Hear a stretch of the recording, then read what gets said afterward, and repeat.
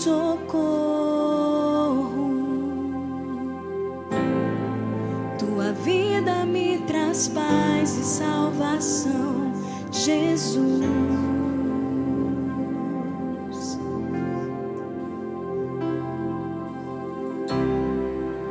Fui resgatado,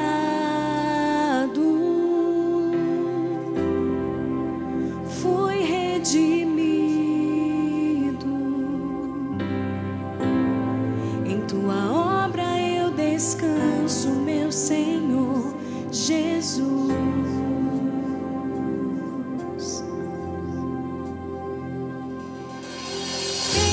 Permaneço em tua presença,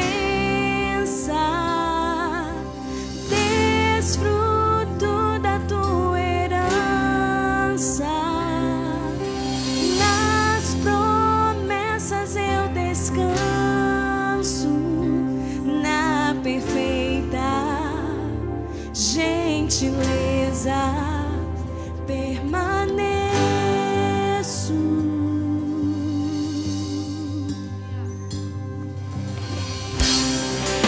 Comprado por tua vida, coberto por teu sangue. O teu amor me libertou da escuridão, Jesus.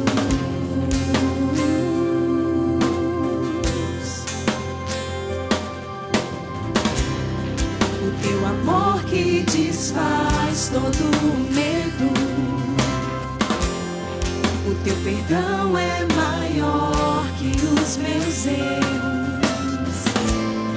Tu és a graça, em ti descanso, meu Senhor Jesus.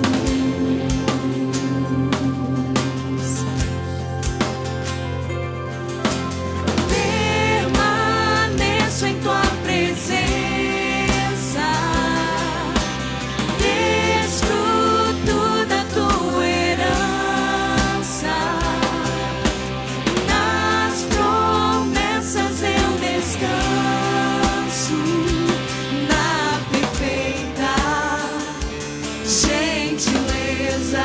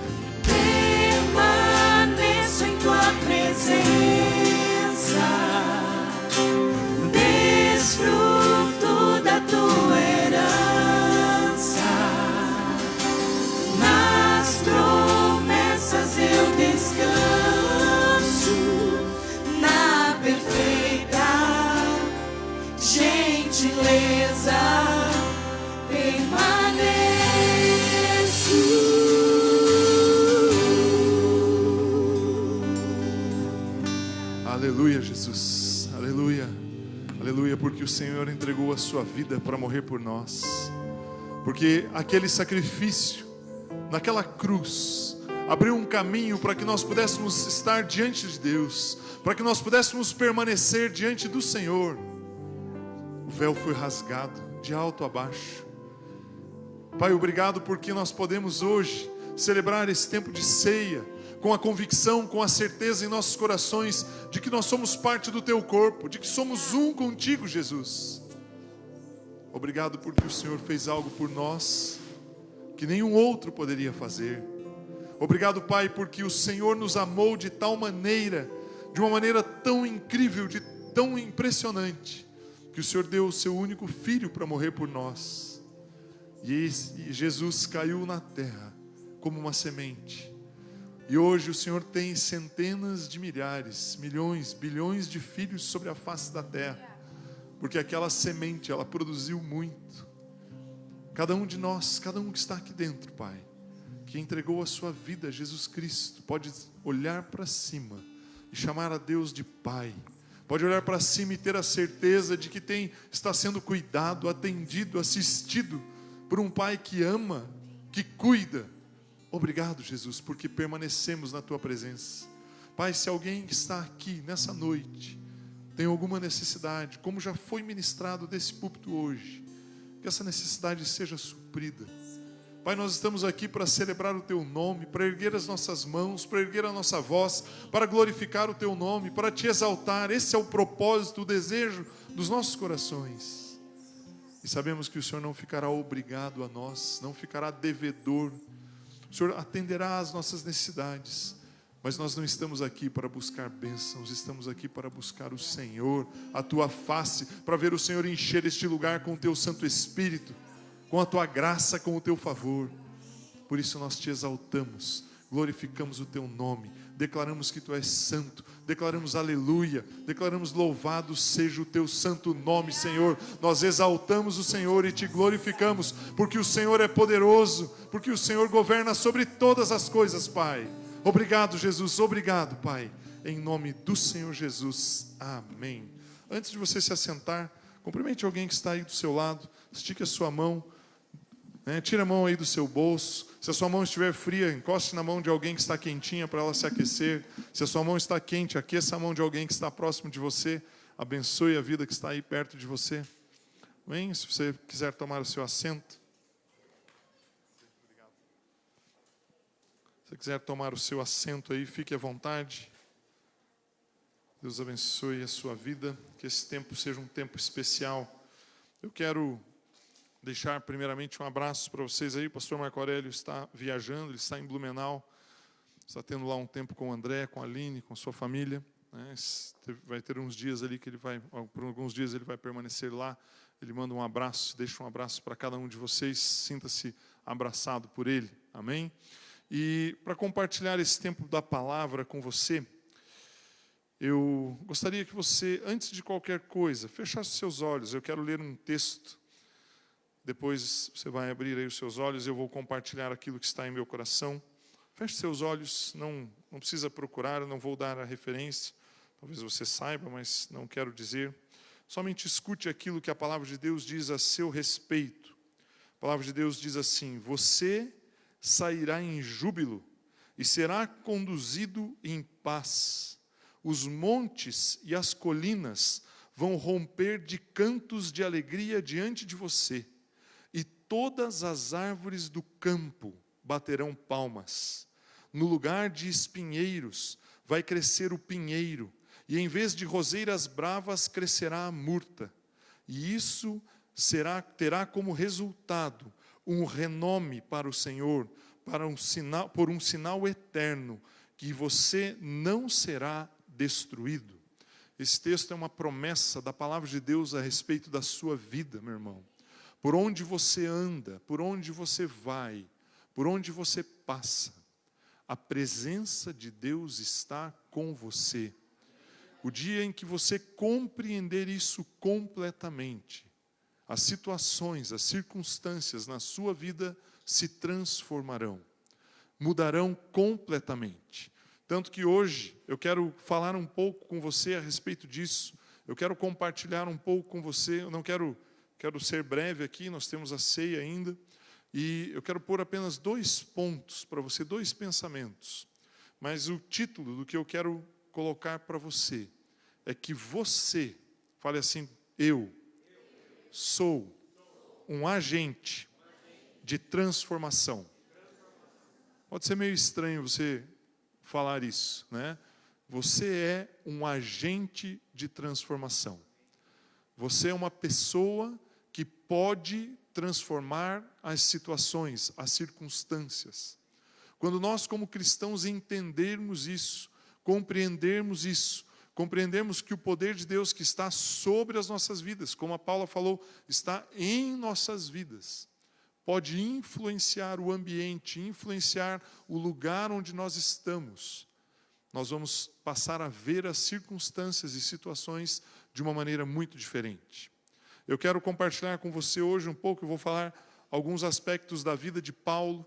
Paulo foi uma pessoa que transformou a sua geração, transformou as situações e circunstâncias por onde ele estava. Quando eu me sentei para organizar, para montar essa mensagem, para ver o que eu iria compartilhar com você, eu comecei lendo um texto, eu não vou ler ele aqui, a história é longa, aquela viagem que Paulo faz ali da área, da região do Oriente Médio para a Itália, de navio. Ele sai pelo mar Adriático, ele estava preso, né, os judeus haviam prendido ele, o rei Agripa até tinha determinado que ele poderia ser libertado, mas ele tinha apelado para César, porque ele estava preso, ele deveria ir à Itália para ser julgado. Então ele entra em um navio, e naquela viagem ele fala para o capitão, fala, olha, não vai dar para fazer essa viagem vai resultar em destruição. E aí o capitão olha para aquele cara e fala, o que você entende de navio? Vai para lá, eu vou tocar esse negócio aqui. E eles saíram navegando, e aí aconteceu uma grande tormenta. Inclusive tem um nome no texto bíblico, em Atos 26, tem um nome do furacão, né? Naquela época eles já davam nomes para os furacões, né? Hoje em dia a gente dá também. E aí o navio foi todo destruído. E eu comecei a ler aquele texto e eu falei, Deus, como é que Paulo sabia? Com que poder ele influenciou aquele lugar? Alguns marinheiros pensaram, quando viram a tormenta, eles desceram um bote, e eles queriam sair do navio para poder fugir da tormenta. Paulo chama o capitão e fala, se eles saírem, eles vão morrer. Se eles permanecerem, o navio e a carga vai se perder, mas nenhuma vida irá se perder. E tinham 256 homens no navio, e todos sobreviveram. Como nós podemos, quando eu olho esses textos, eu fico pensando, como que nós podemos alcançar essa capacidade de influenciar, de entender o que está acontecendo, de ver as circunstâncias, de declarar a palavra de Deus, de declarar profeticamente o que vai acontecer. E aí nós vemos que Paulo tinha uma atitude muito diferente de um ser humano normal diante de um problema. Certamente, se Deus viesse para mim e falasse, olha, se você entrar nesse navio aí, o navio vai afundar, a primeira coisa que eu ia fazer era não entrar no navio, eu ia fugir. Eu iria fugir. Porque muitas vezes nós estamos mais preocupados com o que vai acontecer. Mas Paulo tinha um propósito, ele tinha o entendimento de que ele deveria fazer aquela viagem, independente do que fosse acontecer. E é por isso que eu quero compartilhar com você alguns pensamentos a respeito da vida de Paulo, porque ele realmente tem uma influência muito grande sobre como nós podemos transformar as situações. Quero que você abra comigo a sua Bíblia aí para que nós possamos começar em Filipenses, no capítulo 3. Eu quero ler 8 versículos aqui, do 7 ao 14. A palavra de Deus diz assim, mas, Paulo está escrevendo, né, à igreja de Filipos, mas o que para mim era lucro, passei a considerar como perda, por causa de Cristo. Mais do que isso, considero tudo como perda, comparado com a suprema grandeza do conhecimento de Cristo Jesus, meu Senhor, por quem perdi todas as coisas. Eu as considero como esterco para poder ganhar a Cristo e ser encontrado nele, não tendo a minha própria justiça que procede da lei, mas a que vem mediante a fé em Cristo, a justiça que procede de Deus e se baseia na fé. Quero conhecer Cristo, o poder da sua ressurreição e a participação em seus sofrimentos, tornando-me como ele em sua morte, para, de alguma forma, alcançar a ressurreição dentre os mortos. Não que eu já tenha obtido tudo isso ou tenha sido aperfeiçoado, mas eu prossigo para alcançá-lo, pois para isso também eu fui alcançado por Cristo Jesus. Irmãos, não penso que eu mesmo já o tenha alcançado, mas uma coisa faço, esquecendo-me das coisas que ficaram para trás e avançando para as que estão adiante, prossigo para o alvo, a fim de ganhar o prêmio do chamado celestial de Deus em Cristo Jesus. Quando eu leio esse texto, eu vejo o pensamento, o desejo, o entendimento que Paulo tem a respeito da vida, a respeito de como as coisas aconteceram na vida dele. Nós podemos começar a perceber como Paulo pensava, agia como cristão. O primeiro versículo que eu li, o versículo 7, ele fala assim: mas o que para mim era lucro, passei a considerar como perda por causa de Cristo. Se nós fôssemos olhar ali alguns aspectos da vida de Paulo, Paulo era um homem muito bem sucedido, ele era um fariseu. Para que você chegasse à estatura de fariseu, você teria que ser muito zeloso com a palavra de Deus, com a lei. Os judeus, eles eram uma sociedade que estava completamente baseado em cima da lei mosaica, da lei de Moisés, e a pessoa que cumprisse as regras da maneira mais correta, ela tinha uma meritocracia, existia um ambiente de meritocracia, ele conseguiria alcançar e avançar em postos dentro da estrutura da religião. Paulo era um homem bem-sucedido naquilo que ele fazia. Ele tinha as pessoas ao seu redor, junto com ele, o apoiando, fazendo aquilo que ele determinava que deveria ser feito. Quando a seita dos cristãos, considerada pelos judeus como uma seita, começou a se manifestar, começou a se levantar, e ele, com o entendimento da lei, ele percebeu que aquelas pessoas estavam descumprindo aspectos da lei, ele começou a perseguir os cristãos. E ele teve muito sucesso com isso, ao ponto de que os sacerdotes o chamaram e falaram: olha aqui, Paulo, eu vou te dar cartas para que você saia aqui por toda a região da Judeia, perseguindo, matando os cristãos. Existe um texto, eu não me lembro, eu li ele hoje, não me lembro onde ele está, em que Paulo mesmo fala em uma de suas cartas, ele diz que ele aprovou por muitas vezes a morte de cristãos. Ele tinha poder de voto, ele poderia chegar lá e dizer: olha, esse aqui, quem é? Fulano, o que aconteceu? Isso, pode matar. Nesse mesmo texto ele diz que ele muitas vezes forçou os cristãos a negar a Jesus Cristo. Ele era uma pessoa muito bem sucedida naquilo que ele fazia, ele tinha um entendimento muito claro do propósito para o qual ele tinha sido chamado, como fariseu, como um homem cumpridor da lei, um sacerdote da lei mosaica, da lei dos judeus. Ele tinha uma clareza muito grande. Até que em um determinado momento, ao se dirigir para a cidade de Damasco, vocês conhecem a história, Jesus aparece a Paulo. Paulo cai do cavalo, literalmente, ele cai do cavalo. E ele testemunha isso, um pouco antes dessa viagem para a Itália, ele testemunha para o rei Agripa. E ele fala: quando Jesus apareceu para mim, ele me falou que eu deveria pregar a palavra aos gentios. Paulo, como uma pessoa muito zelosa, muito fiel, muito comprometido com o que ele tinha que fazer, ele entendeu aquela mensagem, ele creu em Jesus Cristo. Nós lemos ali em Atos, ele foi para a casa de Ananias, ele permaneceu lá por um tempo, ele foi instruído a respeito de quem era Jesus, ele ficou com seus olhos cegados por algum tempo, até que o Senhor libertasse ele daquilo e ele pudesse então pregar a palavra. E aí então ele mudou de lado. E esse é um ponto que eu quero trazer para você hoje. Você, como um agente de transformação nas situações onde você está, você precisa entender o propósito que existe sobre a sua vida. Esse é o primeiro ponto que eu quero colocar para você. Todo agente de transformação precisa ter um propósito claro a respeito do que fazer, de como agir, de como você pode transformar as situações. Paulo tinha a compreensão completa de que ele tinha uma missão, ele precisava falar da palavra de Deus, ele precisava testemunhar a respeito do que Deus fez. Eu não passei esse texto ali para eles vão me matar lá em cima. Não joga nenhuma cadeira aí, por favor.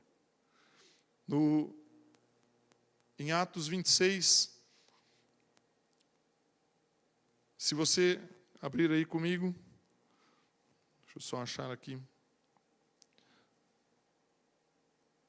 Versículo 9 diz assim: eu também, Paulo está dizendo, eu também estava convencido de que deveria fazer todo o possível para me opor ao nome de Jesus, o Nazareno. Verso 10, e foi exatamente isso que eu fiz em Jerusalém. Com a autorização dos chefes dos sacerdotes, lancei muitos santos na prisão, e quando eles eram condenados à morte, eu dava o meu voto contra eles. Você já tinha pensado nisso? Já tinha compreendido de que Paulo, que escreveu quase todo o Novo Testamento, tinha dado ordem, ou tinha permitido que pessoas morressem, cristãos morressem? Verso 11 diz assim: muitas vezes ia de uma sinagoga para outra, a fim de castigá-los, e tentava forçá-los a blasfemar. Em minha fúria fui contra eles, cheguei a ir a cidades estrangeiras para persegui-los. Numa dessas viagens, eu estava indo para Damasco, com autorização e permissão dos chefes dos sacerdotes, por volta do meio-dia. Ó rei, ele está aqui falando com o rei Agripa. Estando eu a caminho, vi uma luz no céu mais resplandecente que o sol, brilhando ao meu redor e ao redor dos que iam comigo. Todos caímos por terra. Então ouvi uma voz que me dizia em aramaico: Saulo, Saulo, por que você está me perseguindo? Resistir ao aguilhão só lhe trará dor. Então eu perguntei: quem és tu, Senhor? Respondeu o Senhor: sou Jesus, a quem você está perseguindo. Agora levante-se, fique em pé. Eu lhe apareci para constituí-lo servo e testemunha do que você viu a respeito do que lhe mostrarei. Eu o livrarei do seu próprio povo e dos gentios, aos quais eu o envio, para abrir-lhes os olhos e convertê-los das trevas para a luz e do poder de Satanás para Deus, a fim de que recebam o perdão dos pecados e herança entre os que são santificados pela fé em mim. Paulo recebeu naquele momento uma missão, uma tarefa, um compromisso com Jesus. Vamos fazer um parênteses aqui. Se eu fosse Jesus, esse seria o último homem na face da terra que eu chamaria para ser minha testemunha. Um homem que estava perseguindo os cristãos, matando os cristãos. Por isso que quando nós lemos a palavra de Deus, nós precisamos ler a palavra de Deus com os olhos da fé. Em Deus não existe lógica. Em Deus não existe matemática perfeita. 2 mais 2 nunca é 4. Jesus alimentava uma multidão com 5 pães e 2 peixes. Jesus andava sobre as águas, ele invertia todo o processo da lógica. Deus abriu o mar para que os israelitas passassem sobre terra seca. Quando nós falamos a respeito do poder e da presença de Deus, meu irmão, não queira colocar Deus dentro de uma caixa. Nós estamos vivendo o ano do ilimitado. Nós temos declarado isso a cada momento, a cada instante, diante da sua vida, nas reuniões dos grupos familiares, em todas as nossas atividades, nos momentos de oração, como o Mauro falou. Nós temos declarado o ilimitado de Deus sobre a sua vida. Somente você pode limitar a Deus na sua vida. E fechando meu parênteses aqui, quando Jesus vai procurar alguém, Jesus tinha convivido com os seus 12 discípulos, Judas já estava morto, os 11 que ficaram, mais aquele outro grupo, né, lá no Sinédrio, quando veio o Espírito Santo, tinham 120 pessoas.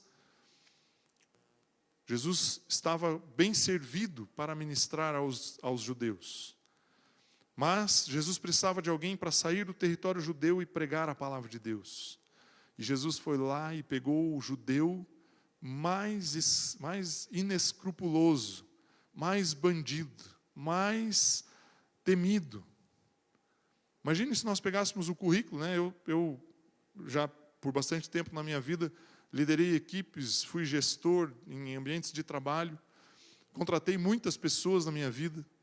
Quando eu olho o currículo, você está buscando coisas boas, qualificações, qualidades importantes para você contratar uma pessoa. Se eu olhasse o currículo de Paulo para contratar para a vaga de evangelista, ia para o lixo na hora. Eu não ia nem pensar em contratar ele.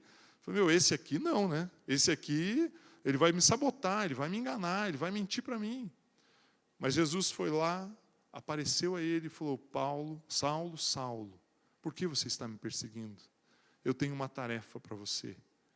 Você vai propagar, você vai evangelizar, você vai levar libertação aos gentios. Aquelas pessoas que estão perdidas, sem Deus, estão fora do arraial de Deus. Aquelas pessoas que não têm acesso a Deus, você vai falar de Deus para eles. Nesse momento, meu irmão, o que eu quero falar para você é, Jesus estabeleceu na vida de Paulo um propósito. Um propósito. E você precisa ter em sua vida, eu preciso ter na minha vida, nós, como cristãos, precisamos entender qual é o propósito de Deus para as nossas vidas. Muitas vezes nós associamos o propósito de Deus com uma profissão. Meus filhos estão com 13, 14 anos, daqui a um pouco eles vão ter que começar a pensar no vestibular, no que fazer, qual faculdade escolher, qual curso escolher. E muitas vezes, outro dia, um tempo atrás, no colégio lá deles, a Isabela está no 9º ano, está terminando o ensino fundamental, eles fizeram uma feira de profissões, para que os alunos passassem de sala em sala, conversando com os profissionais, para tentar entender o que representa cada profissão, para estimular os alunos a identificar a sua vocação.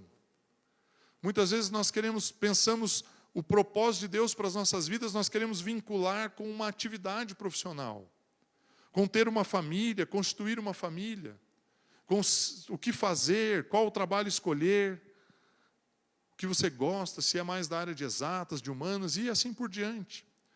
Deixa eu falar algo para você, meu irmão. O propósito de Deus para a sua vida não tem nada a ver com a sua profissão diretamente, com a sua formação, com a sua escolaridade, com a sua origem familiar. Deus não está muito preocupado com isso. Deus ele está preocupado em te dar um propósito que é muito superior a essas coisas materiais. Todos os tipos, escute bem o que eu vou te dizer, todos os tipos de profissão, atividade profissional, formação, ambiente escolar, familiar, todas essas circunstâncias, elas são meio. Entenda o que eu estou te dizendo.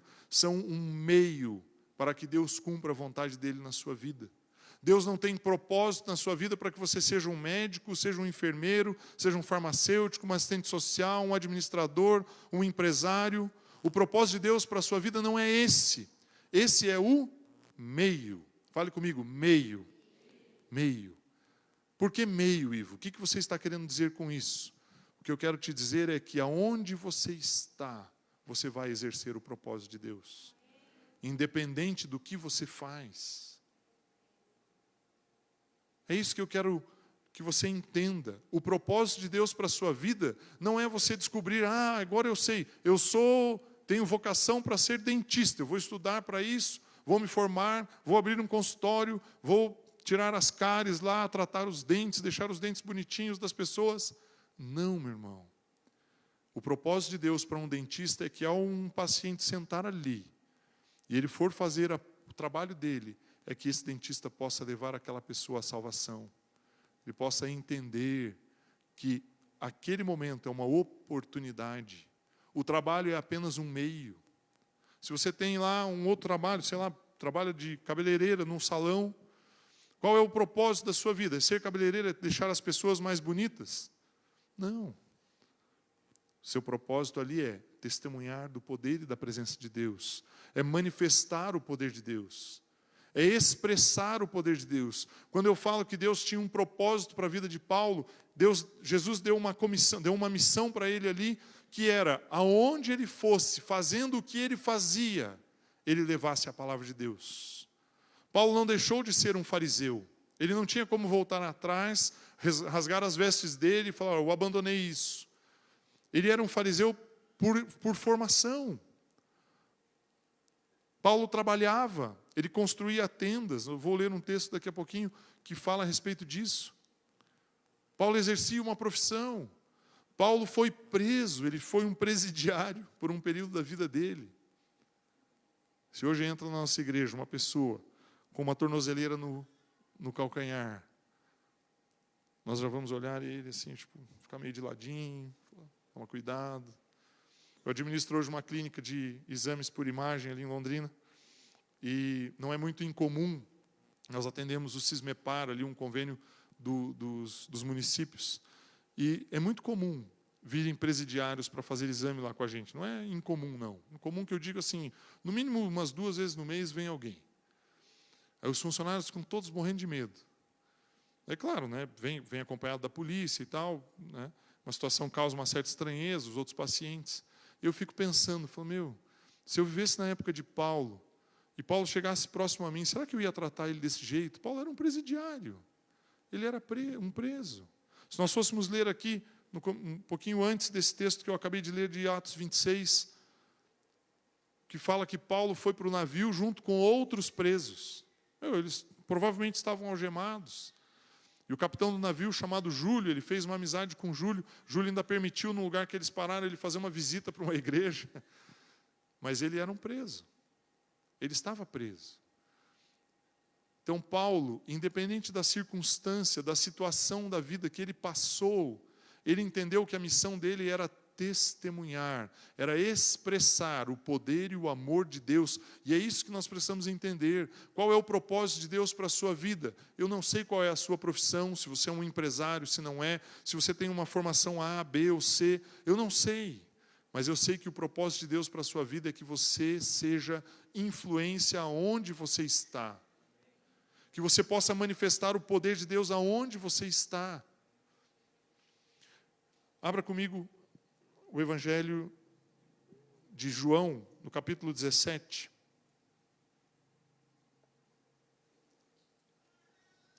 Esse é um dos textos mais lindos da palavra de Deus. Se você um dia estiver com tempo e quiser ouvir uma palavra, quiser que Deus fale ao seu coração, leia João 17. É a oração que Jesus Cristo fez por mim e por você, pelos discípulos dele, e fez por nós também. E é interessante porque todo esse capítulo ele é uma oração, é Jesus falando com Deus. Só mais um parênteses aqui. João era o discípulo mais próximo de Jesus. Esse evangelho é o único que traz essa oração. Todos os outros textos dizem que Jesus no Getsêmani ele orou. Mas João estava próximo e ele relatou. E esse texto mostra o sentimento que Jesus tinha por nós. Por isso que eu digo que esse texto é um dos textos mais espetaculares da Bíblia. E olha o que Jesus falou, está escrito aqui no verso 8. Jesus diz assim, pois eu lhes transmiti as palavras que me deste. Jesus está falando com Deus. E eles as aceitaram. Eles reconheceram de fato que vim de ti e creram que me enviaste. Meu irmão, Jesus tinha uma missão na terra, dois propósitos. Primeiro, evidentemente, morrer, sacrificar-se, morrer por nós. Porque o sangue dele precisava ser derramado para que nós pudéssemos ser salvos. O sangue inocente precisava ser derramado para que o sacrifício fosse finalizado. Por isso nós vamos cear hoje, porque o sangue dele foi derramado.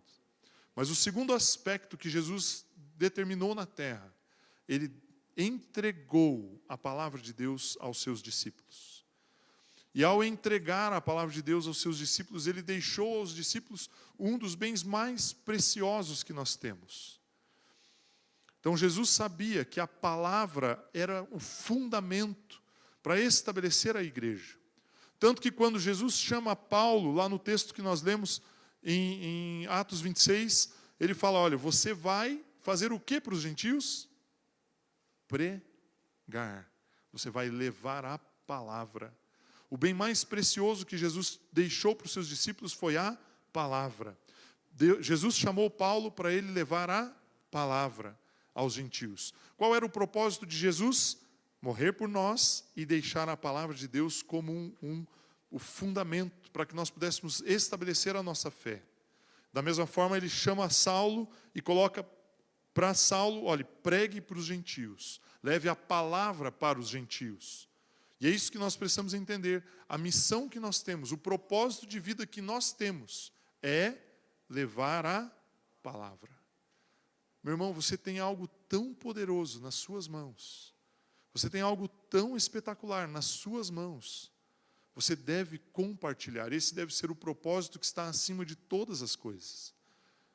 O propósito que está acima da sua profissão, acima da sua formação, acima dos seus laços familiares, acima dos seus vizinhos, do seu círculo de vizinhança. Levar a palavra. Isso é o ponto mais importante, é o propósito mais importante do cristão. O problema é que nós estamos tão preocupados conosco mesmo, estamos tão preocupados com as nossas necessidades, com aquilo que nós precisamos. Nós ficamos lutando tanto com as nossas necessidades básicas. Não existe propósito de Deus na sua vida para ter uma casa, para ter uma profissão, para ter um carro, para ter bens. Não existe propósito de Deus com isso. O propósito de Deus é que você semeie a palavra de Deus. E todos os recursos monetários, financeiros, bens, materiais que vierem para você, devem ser usados com esse propósito. E é isso que Paulo entendeu. Paulo percebeu que tudo que ele tinha conquistado do ponto de vista material, humano, terreno, ele reverteu para levar a palavra de Deus. Por isso que ele fala, eu perdi tudo, eu abri mão de tudo para conhecer a Cristo. Ele abriu mão de tudo que ele tinha, para que ele pudesse ter o entendimento a respeito da palavra de Deus, a respeito do que ele viu em Deus. Por isso o primeiro texto que eu li, mas o que para mim era lucro, era ganho, era poder econômico, passei a considerar como perda por causa de Cristo. Mais do que isso, considero tudo como perda, comparado com a suprema grandeza do conhecimento de Cristo Jesus. Meu irmão, você precisa conhecer a Cristo. Isso é mais valioso para a sua vida do que qualquer bem que você tiver. É mais valioso do que você ter uma blusa hoje à noite. É importante ter uma blusa hoje. Está frio. Meu irmão, conhecer a Cristo é mais valioso do que tudo. Por quê? Porque daqui a alguns anos, essas coisas que nós estamos usando, as nossas roupas, esse microfone, esse púlpito, essas coisas aqui, elas vão ter passado, vão estar destruídas, vão ter terminado. Esse prédio, essa estrutura, tudo isso vai acabar. Mas a palavra de Deus que está no seu coração é eterna. É eterna.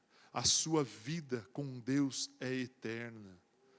Quando Jesus entregou aos discípulos a palavra, Ele deu algo àqueles homens que nunca passaria. Meu irmão, as roupas deles foram destruídas, tem 2000 anos. Os barcos, as casas, todos os lugares que aqueles homens andaram estão destruídos. Mas a palavra de Cristo está sendo pregada hoje, nessa noite aqui. Ela permaneceu por 2000 anos. Quando você começar a enxergar que a palavra é o bem mais precioso que você tem, você vai se relacionar de uma forma diferente com a palavra. E você vai perceber que existe um propósito na sua vida para viver a palavra. E todo o restante, todas as outras coisas vão ser deixadas de lado. Eu não estou dizendo com isso que amanhã você vai chegar lá no seu trabalho e vai pedir demissão. E vai falar assim, olha, o patrão, o dono da empresa, meu chefe, eu estou indo embora. Vai fazer o quê? Vou pregar a palavra. Não estou dizendo isso. O que eu estou dizendo é, o lugar onde você trabalha é um meio para você viver a palavra de Deus. Daí você pode dizer para mim, mas você não sabe o quanto eu sou perseguido lá, o quanto as pessoas não gostam de mim, me caluniam, me perseguem. Lá é o meio, você vai viver a vida cristã lá dentro. Você pode olhar para mim e dizer, minha família está com problema, meus filhos estão nas drogas e tenho isso, tenho aquilo. O seu ambiente familiar é um meio. Para quê? Para o teu propósito. Qual é o teu propósito? Expressar o amor e a presença de Deus, declarar a palavra de Deus. Paulo entendeu isso na vida dele. Veja comigo, Filipenses capítulo 3, versos 4 e 5. O texto diz assim: embora eu mesmo tivesse razões para ter tal confiança, se alguém pensa que tem razões para confiar na carne, eu ainda mais. Circuncidado no 8º dia de vida, pertencente ao povo de Israel, à tribo de Benjamim, verdadeiro hebreu, quanto à lei, eu era fariseu. Quanto ao zelo, perseguidor da igreja, quanto à justiça que há na lei, eu era irrepreensível. E aí vem o texto que eu li no começo. Paulo, ele era um fariseu e ele continuava sendo fariseu. E sabe o que ele fazia? Ele aproveitava esse título, esse status. E quando ele visitava uma cidade, ele ia até a sinagoga daquela cidade. E no título, na posição de fariseu, o que ele fazia lá? Tomava o livro da lei e pregava a palavra. O que eu quero dizer para você com isso? Use aquilo que você tem em suas mãos para propagar a palavra de Deus. Nós precisamos crescer. Hoje, nessa noite, eu gostaria muito que você entendesse essa palavra dessa forma. Nós precisamos sair de um ambiente muito raso. Nós, como cristãos, por muitos anos, e eu digo isso para você, eu, como cristão, por muitos anos, vivi de uma forma muito superficial, muito rasa, achando que eu vinha para um culto para pedir algo para Deus, para chegar aqui e dizer: Deus, eu preciso disso. Essa semana eu tenho um desafio no meu trabalho. Essa semana eu tenho uns problemas lá na minha casa. Eu tenho problemas com a minha saúde, com um familiar, com A, com B, com C. Eu preciso disso, eu preciso. E muitas vezes nós somos cristãos que vêm aos cultos apenas para pedir. Essa semana eu e André fizemos uma visita para um membro do nosso grupo familiar. Eles estão com um bebezinho de 30 dias. Foi bem numa daquelas noites que começou a esfriar. Daí nós chegamos lá e eles são pais pela primeira vez. E aí nós percebemos ali, a criança estava, não mal agasalhada, mas ela estava com uma roupa muito, muito fresquinha. Dali um pouquinho a criança começou a chorar. Começou a chorar, ela estava vendo, está com fome, quer dormir e tal. Não, está mal agasalhada, precisa pôr uma blusa. Enrolou um cobertorzinho, a criança ficou quieta. Muitas vezes nós somos como aquele bebezinho. Sente frio, você chora. O pai vem, enrola uma coberta. Sente fome, você chora. O pai vem, pega uma madeirinha, né, no caso ali o bebezinho, a mãe dá ao seio e alimenta. Fez uma sujeira lá, chora. A mãe vai lá, troca a fralda. Muitas vezes nós somos cristãos assim. De domingo em domingo, chorando. Nós viemos para o culto para chorar, para pedir. Meu irmão, a sua vida cristã ela tem que ser vivida do domingo às 21 horas até o próximo domingo às 17h55. Não, 17h15. Daí você vai chegar aqui para orar. A tua vida cristã ela não acontece aqui dentro. Ela tem que acontecer na hora que você sai dessa porta. Ali fora você é um agente que transforma o ambiente. Mas você precisa entender isso. Paulo ele usava as ferramentas que ele tinha nas suas mãos para manifestar o reino de Deus aonde ele podia entrar. Se eu chegasse numa sinagoga 2000 anos atrás, nascido aqui no Brasil, claro, eu seria um índio, né? Mas nascido aqui, eu não teria direito de entrar lá e pegar aquele livro. Mas Paulo tinha esse direito. Ele era fariseu. Ele se vestia como um fariseu. As pessoas olhavam para ele e falavam: opa, esse aqui tem autoridade, pode entrar aqui e falar. E ele ia de sinagoga em sinagoga pregando o evangelho, porque a missão dele, o propósito dele era aquele. Ele parou de perseguir os cristãos. E ele começou a evangelizar os judeus e os gentios. E como os judeus tinham passado várias vezes por perseguições, eles estavam esparramados em toda a Ásia. Em cada grande cidade da Ásia tinha uma sinagoga, e aquele homem ia de sinagoga em sinagoga com um propósito: pregar a palavra de Deus. Muitas vezes nós estamos no nosso trabalho, vivenciando as dificuldades, reclamando do colega, reclamando do chefe, reclamando do salário, reclamando, enquanto nós temos o poder e a autoridade da palavra sobre nossas vidas para transformarmos as situações. Quando você começa a ser perseguido, quando você começa a ser espremido, apertado num canto, você está incomodando, é porque você está testemunhando. Meu irmão, tenha consciência disso. Muitas vezes eu converso com cristãos e eu fico triste com o que eu converso, porque as pessoas vêm pedir oração porque eles querem que o chefe, que é espírita, seja mandado embora. Irmão, você está ali para aquela vida ser transformada, não para que ele seja prejudicado. Nós precisamos entender, você é um agente de transformação no ambiente onde você está. Veja outro texto comigo, Atos, capítulo 18.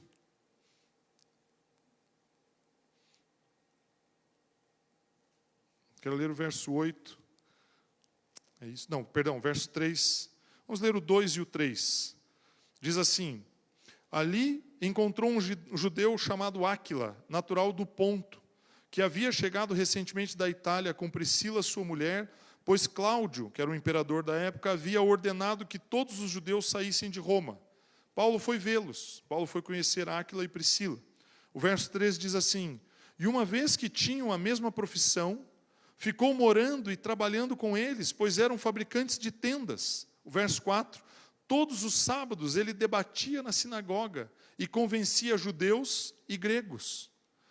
Meu irmão, Paulo usava a profissão dele, ele era um fabricante de tendas. Ele trabalhava com Priscila e com Áquila durante a semana. Aqueles dois, ele evangelizou esses dois, ao ponto de que Priscila e Áquila constituíram uma igreja dentro da sua própria casa. E existem mais 2 ou 3 epístolas em que Paulo escreve e saúda Priscila e Áquila e agradece a disposição que eles tinham de ter estabelecido uma igreja na casa deles. Paulo influenciou Áquila e Priscila no trabalho. Paulo pregava na sinagoga. Paulo usava os meios pelos quais ele andava para ministrar a palavra de Deus. Então, o meu primeiro ponto com você hoje, o título da minha mensagem é: você é um agente de transformação. O meu primeiro ponto, você como um agente de transformação, você precisa ter um propósito. E esse propósito é manifestar a presença de Deus aonde você está. Independente do lugar, quem são as pessoas, se é na tua vizinhança, se é no meio dos teus amigos, dos teus parentes, do teu trabalho, com os teus funcionários, com os seus patrões, com o seu chefe, não importa com quem. Você tem um propósito na sua vida: estabelecer o reino de Deus por onde você anda. E como cristão, nós precisamos subir o degrau, avançar, dar um passo adiante, ir adiante e entender que no período em que nós estamos aqui nesse culto, esse período é um período de celebração. O que você vem fazer aqui? Você vem aqui expressar a sua alegria por aquilo que Deus fez durante a sua semana. Você vem aqui para erguer as suas mãos e glorificar a Ele, porque durante a semana, cada luta que você enfrentou, foi Ele quem te deu a vitória. Por isso você vem aqui. Você não vem aqui pedir nada. Você vem aqui trazer o seu coração grato, trazer a sua alegria, trazer a sua voz para louvar a Deus, trazer as suas mãos erguidas em gratidão a Ele. É isso que você vem trazer. Você vem trazer o seu testemunho para os seus irmãos que estão aqui ao lado. É isso que você vem fazer aqui. Meu segundo ponto é que para você para que você possa exercer o seu propósito, você tem que entender quem você é. Abra comigo Romanos capítulo 5, verso 1. Eu dei uma titubeadazinha aqui porque eu deixei de ler um texto ali, mas não vai ser necessário ler. Romanos capítulo 5, verso 1.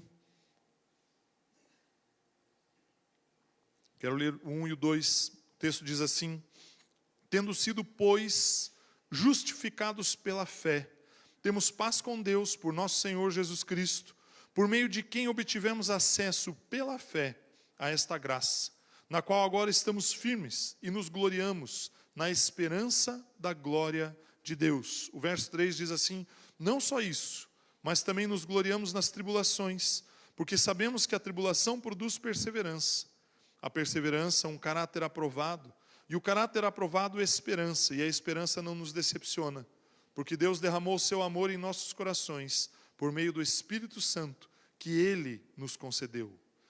Meu irmão, você precisa entender que você só vai ter um propósito, se você souber quem você é. E quem é você? Você não é, eu deixei meu documento lá no carro, ia pegar aqui, você não é, não estou falando aqui a respeito do que está escrito no verso da sua carteira de identidade. Não estou falando aqui do seu nome, da sua filiação, do seu registro geral, do seu CPF, né, que é o que identifica você como pessoa. Você precisa entender quem você é em Deus.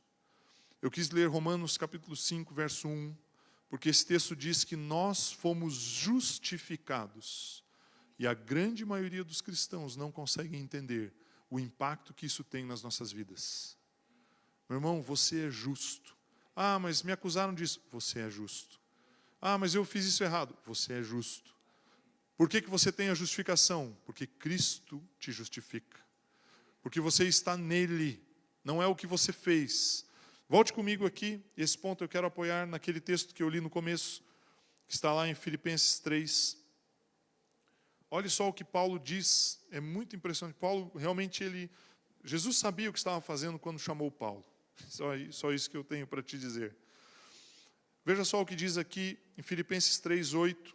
Mais do que isso, considero tudo como perda comparado com a suprema grandeza do conhecimento de Cristo Jesus, meu Senhor, por quem perdi todas as coisas. Eu as considero como esterco para poder ganhar a Cristo. Veja só agora o verso 9 e o 10. E ser encontrado nele, não tendo a minha própria justiça que procede da lei. O que Paulo está dizendo aqui? Não é o que eu faço que me deixa justo. E olha que Paulo era um fariseu cumpridor da lei. Ou seja, não tem como, irmão, não adianta você pensar que é o que você faz que vai te tornar digno de estar na presença de Deus. Você pode jejuar 40 dias, você pode orar de joelho no milho, você pode fazer uma campanha de oração, não importa o que você fizer. Não é o que você faz que te torna aceitável a Deus. Mas é o que Jesus fez e que você recebeu.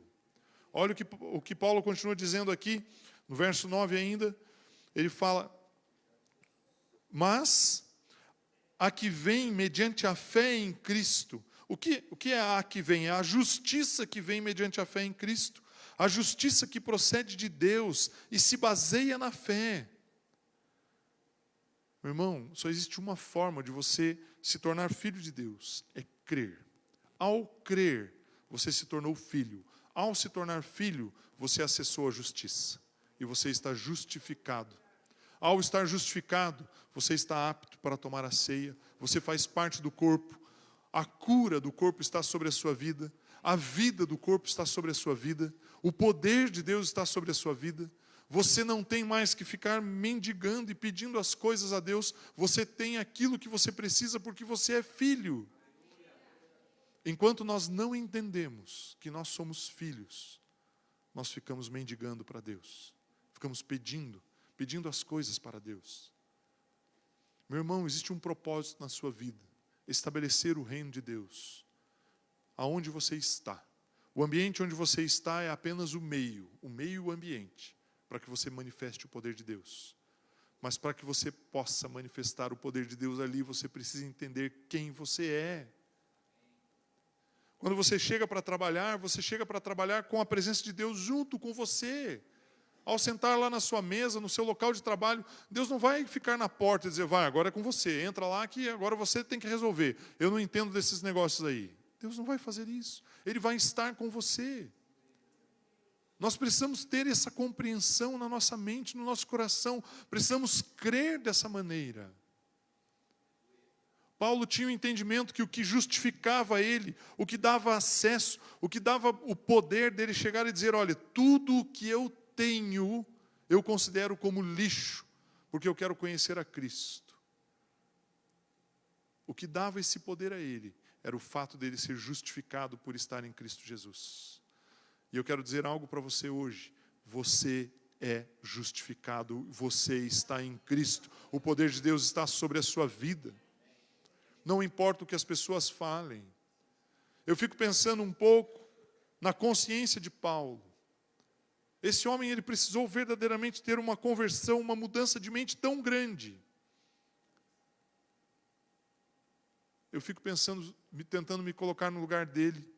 Se eu tivesse, em algum momento da minha vida, dado uma ordem para matar um cristão, passado algum tempo, não sei quanto tempo, alguns meses ou alguns anos, eu estivesse falando como um cristão, Satanás ia me acusar. Ela falou, o quê? Você, falando de Jesus, você mandou matar os cristãos.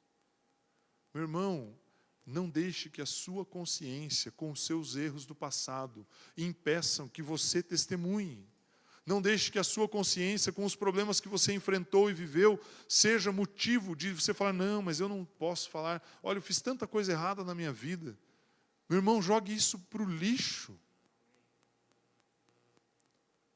Ainda em Filipenses 3, Paulo fala no verso 13, irmãos, não penso que eu mesmo já tenha alcançado, mas uma coisa eu faço, esquecendo-me das coisas que ficaram para trás e avançando para as que estão adiante de mim. Paulo deixou todo o passado dele para trás. Paulo olhou para os erros dele e falou, fiquem aí no passado. Eu tenho um propósito, uma missão nova para viver. Se você anda, no ambiente onde você anda, onde você trabalha, ou com as pessoas com quem você se relaciona, ali, não deixe as pessoas olharem para você e acusarem você do passado.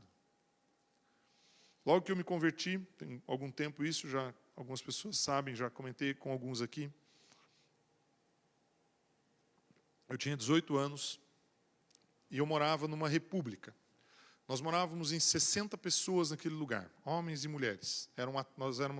Eu era, apesar de não parecer, né, mas eu era atleta. Né, era bem mais atlético do que sou hoje. E isso era na cidade de Ponta Grossa. Meus pais moravam em Guarapuava, eu fui de férias lá um período em Guarapuava, participei de um culto. Meu irmão já era membro daquela igreja, aceitei a Cristo. E passou alguns dias ali, eu voltei para Ponta Grossa, para as minhas atividades. Eu tinha, na época, eu estava para completar 18 anos. Eu estava morando naquele lugar há 3 anos. Eu fui para lá com 15 anos de idade. Você imagina um adolescente de 15 anos, longe dos pais, 160 quilômetros dos pais, com um certo recurso. Eu recebia um valor porque eu jogava. Em outras palavras, para você entender claramente, eu fazia o que eu queria. E, de repente, eu cheguei lá, os meus amigos eram os mesmos, todos acostumados com um tipo de vida, com uma maneira de viver. E, de repente, no primeiro sábado, eu falei, daí, vamos sair? Não, não vou. Não, mas vai para não, eu vou na igreja. Hã? Eles me olharam e falaram, o quê? Você vai aonde? Você vai fazer o quê? Morreu alguém? Casamento, tem alguma coisa assim para você ir na igreja? Meu irmão, o ambiente onde você está tem que ser um ambiente onde você vai agir, vai trabalhar como um agente de transformação. Não deixe as pessoas te acusarem. Aqueles colegas, aqueles amigos falam assim, no final do ano passado você fez isso, fez aquilo, nós fomos lá, você tal. E agora você vai na igreja? O que aconteceu? Eu não acredito, você não vai fazer isso. E por muito tempo eu fui ouvindo. Não deixe que as pessoas olhem para o seu passado e te acusem. Não deixe que o diabo olhe para você e fale, você vai falar de Jesus, falar do amor de Deus, você vai testemunhar, mas você fez isso, fez aquilo outro. Meu irmão, faça como Paulo. Deixe o passado no passado. Olhe para as coisas que vêm para frente. Saiba qual é o propósito que existe na sua vida. As necessidades que você tem, sejam elas na sua saúde, nas suas finanças, nos seus relacionamentos, elas vão ser supridas por Deus. Deus não vai te desamparar. Mas não fique olhando para essas coisas como elas sendo o fim. Olhe para essas coisas como sendo o meio, a oportunidade. A oportunidade de Deus manifestar o poder e a vontade dEle. A oportunidade de você testemunhar o poder de Deus na vida das pessoas. Tudo que você passa é o meio. Mas para isso você precisa entender quem você é. Você é filho de Deus. Você está sentado à direita do Pai. Para eu determinar quem você é, eu vou ler um texto. Pode abrir aí comigo em 1 Pedro. Capítulo 2. Os versos 9 a 11. A palavra de Deus diz assim, Pedro, ao escrever, ele fala, vocês, porém, são uma geração eleita, são um sacerdócio real, são uma nação santa, um povo exclusivo de Deus. Vocês são um povo para anunciar as grandezas daquele que os chamou das trevas para a sua maravilhosa luz. Antes vocês nem sequer eram um povo, mas agora são um povo de Deus. Não haviam recebido misericórdia, mas agora vocês receberam misericórdia. Meu irmão, Pedro diz aqui, olha, você é sacerdote, você governa, você é rei. Você já viu um rei? Imagina o rei, o Eduardo usou um exemplo tão legal aqui sobre o reinado. Imagina o rei de uma nação, vestido lá majestosamente, com uma roupa de linho bonita, uma coroa, tendo que ir lá num camponezinho pedir alguma coisa. Não é assim que funciona. Você é rei. Você tem que entender que a sua posição é essa. Você é um sacerdote. Agora, existe um propósito para você ser rei e sacerdote. E Pedro escreve isso quando ele diz assim, são geração eleita, sacerdócio real, nação santa, povo exclusivo de Deus. Quando você vê essa palavra, quando você lê essa palavra na Bíblia, dê uma paradinha nela. Porque o texto diz, para anunciar as grandezas daquele que nos chamou. Meu irmão, você é rei e sacerdote. Para quê? Para anunciar as grandezas. Você é rei e sacerdote. Para quê? Para ser um agente de transformação aonde você está. Por isso você é rei e sacerdote. Porque você vai transformar o ambiente onde você está com a palavra de Deus. Eu não sei, hoje eu estou com isso na minha mente, no meu espírito aqui. Talvez tenha alguém aqui no nosso meio que entrou neste lugar com uma cabeça muito derrotada. Que entrou aqui e pensou, olha, hoje eu vim aqui como última tentativa, última chance. Meu irmão, a sua posição é outra. Você não tem que viver de migalhas. Mas você não está aqui porque você vai ser o conquistador de bens financeiros, materiais, não. Você é um rei e sacerdote para manifestar a grandeza daquele que te salvou. Em Atos 1:8, olha só como é interessante quando eu digo para você atentar para a palavra de Deus, quando ela diz né? Olha só o que diz Atos 1:8. Mas receberão poder quando o Espírito Santo descer sobre vocês e serão minhas testemunhas em Jerusalém, em toda a Judeia, na Samaria, até os confins da terra. Meu irmão, a descida do Espírito Santo tinha um propósito. Para que eles foram chamados? Para serem... Tem cristão que às vezes fala assim, não, mas eu não tenho uma experiência com o Espírito Santo. É porque você precisa saber que o Espírito Santo virá sobre você, para você testemunhar. Se não for para testemunhar, ele não tem por que se manifestar a você. Se não for para testemunhar, ele não tem por que se manifestar a você. O Espírito Santo vem sobre sua vida para testemunho. Você é rei e sacerdote para testemunho. Você é um agente de transformação através do testemunho.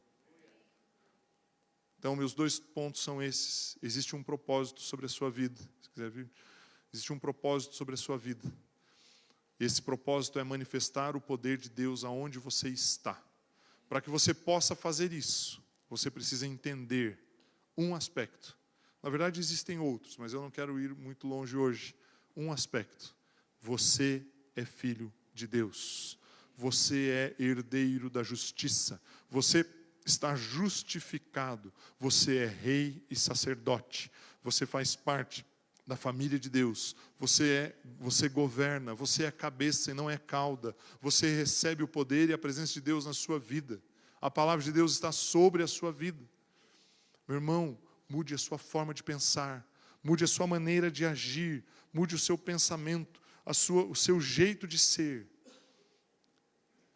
Você precisa se conformar com Cristo e não se conformar com o mundo. E é isso que vai fazer com que você mude o seu jeito de ser. Por último, para finalizar, como conclusão, gostaria que você abrisse comigo Isaías capítulo 55.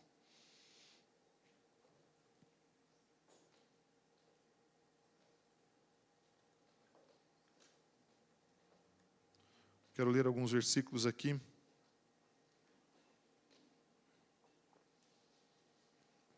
A palavra de Deus diz assim, no verso 10.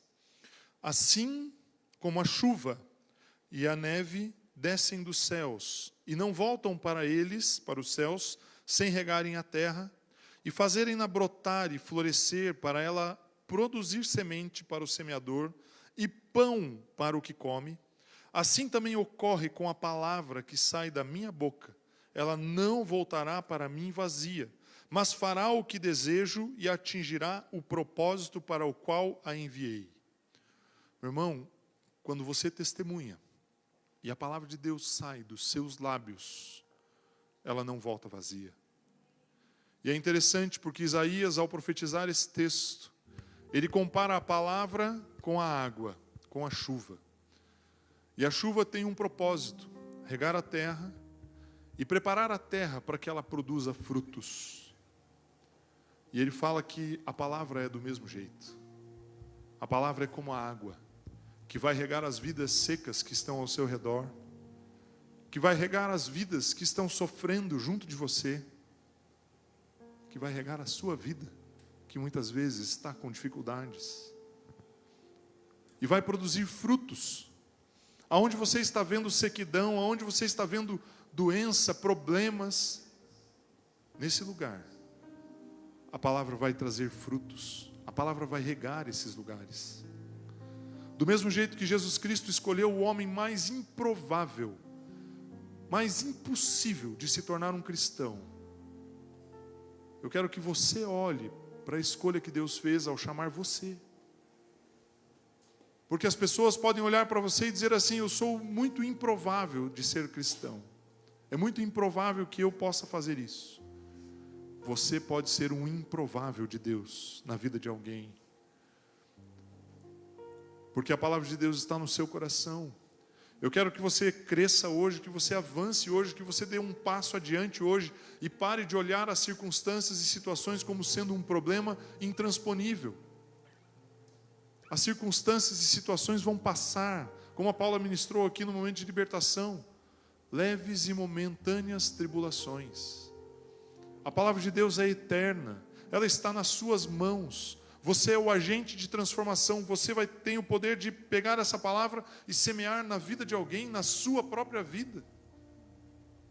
E trazer transformação no ambiente onde você está. Transformação nas circunstâncias. O texto de Isaías continua no verso 12. Vocês sairão em júbilo e serão conduzidos em paz.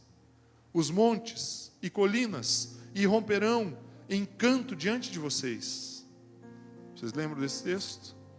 Eu li ele no começo. E todas as árvores do campo baterão palmas. No lugar do espinheiro vai crescer um pinheiro, em vez de roseiras bravas vai crescer a murta. Meu irmão, quando você pegar a palavra e semear a palavra, as circunstâncias vão ser transformadas. Você só pode transformar as situações de uma maneira, é semeando a palavra. Pare de tentar fazer no seu esforço, no seu braço, do seu jeito. Creia na palavra. Creia que você é rei e sacerdote. Creia que você tem a autoridade sobre a sua vida. Como Lucas 10:19 diz, Jesus falou ali: eis eu vos dei autoridade para pisar de serpentes e escorpiões, e nenhum mal vai te causar dano. Pare de fugir do diabo, pare de fugir das situações. Nós precisamos nos posicionar, entender quem nós somos em Cristo, a autoridade que está sobre as nossas vidas. Temos que parar de sofrer com as circunstâncias e situações e estabelecer o reino de Deus, estabelecer a palavra de Deus em nossas vidas. Hoje eu não quero que essa mensagem tenha uma conotação de que eu estou puxando a sua orelha. Às vezes o jeito que eu falo fica meio estranho. Mas eu quero incentivar você a olhar, ter um olhar para a palavra de Deus, para o seu relacionamento com Deus, um olhar diferente, um olhar de protagonista, de quem assume o papel de fazer as coisas da maneira certa, de quem assume o papel de crer e de manifestar o poder de Deus. Meu irmão, você está em lugares que eu não posso ir, lá no seu trabalho, no seu ambiente familiar. Você convive com pessoas, você tem uma rede de relacionamentos. E você pode ser um agente de transformação nesse ambiente. Mas você precisa entender que você é filho de Deus. Que o seu Pai é poderoso, é ilimitado. E que Ele pode todas as coisas. Mas enquanto você está encolhidinho ali, como um bebezinho, chorando, Ele não consegue manifestar o poder dEle na sua vida. ele não consegue fazer com que você avance, com que você conquiste, com que você vá mais longe. É interessante, eu deixei fora, eu não quis ler, mas em Filipenses 3, o verso 15 diz assim, quando aquele primeiro texto que eu li, ele diz assim: todos nós que alcançamos a maturidade, devemos ver as coisas dessa forma. E se em algum aspecto vocês pensam de modo diferente, isso também Deus vai lhes esclarecer. Então somente vivamos de acordo com o que já alcançamos. Paulo fala que ele abriu mão de tudo, que ele perdeu tudo para conhecer a Cristo, que ele pensou ali, né, que eu falei que ele deixou para trás todas as coisas e ele prossegue para atingir o alvo, o prêmio, que é o chamado celestial de Deus na vida dele. E aí ele termina o texto dizendo assim: todos nós que alcançamos maturidade, atingimos isso. Por isso que eu estou dizendo para você, muitas vezes nós ficamos como bebês, chorando. Estamos vindo ao culto, erguendo as mãos, falando: Deus, eu quero isso, Deus, eu quero aquilo, Deus, eu preciso disso. Deus conhece as suas necessidades, meu irmão. Pare de pedir por elas. Comece a assumir a sua posição e fale: Deus, eu sei quem eu sou em Ti. Eu sei que eu tenho o direito, eu tenho a herança. Agora, o que eu posso fazer pelo Seu reino? Aonde eu devo levar a semente da Sua palavra? Esse é o ponto. É isso que eu gostaria que você entendesse. Esse é o ponto mais importante do que eu quero te dizer. Você é um agente de transformação, mas você não pode ficar numa defensiva, escondido, retraído, pensando que você não tem condições, que você é um coitadinho. Você não é. Você não é vítima. Você é filho de Deus.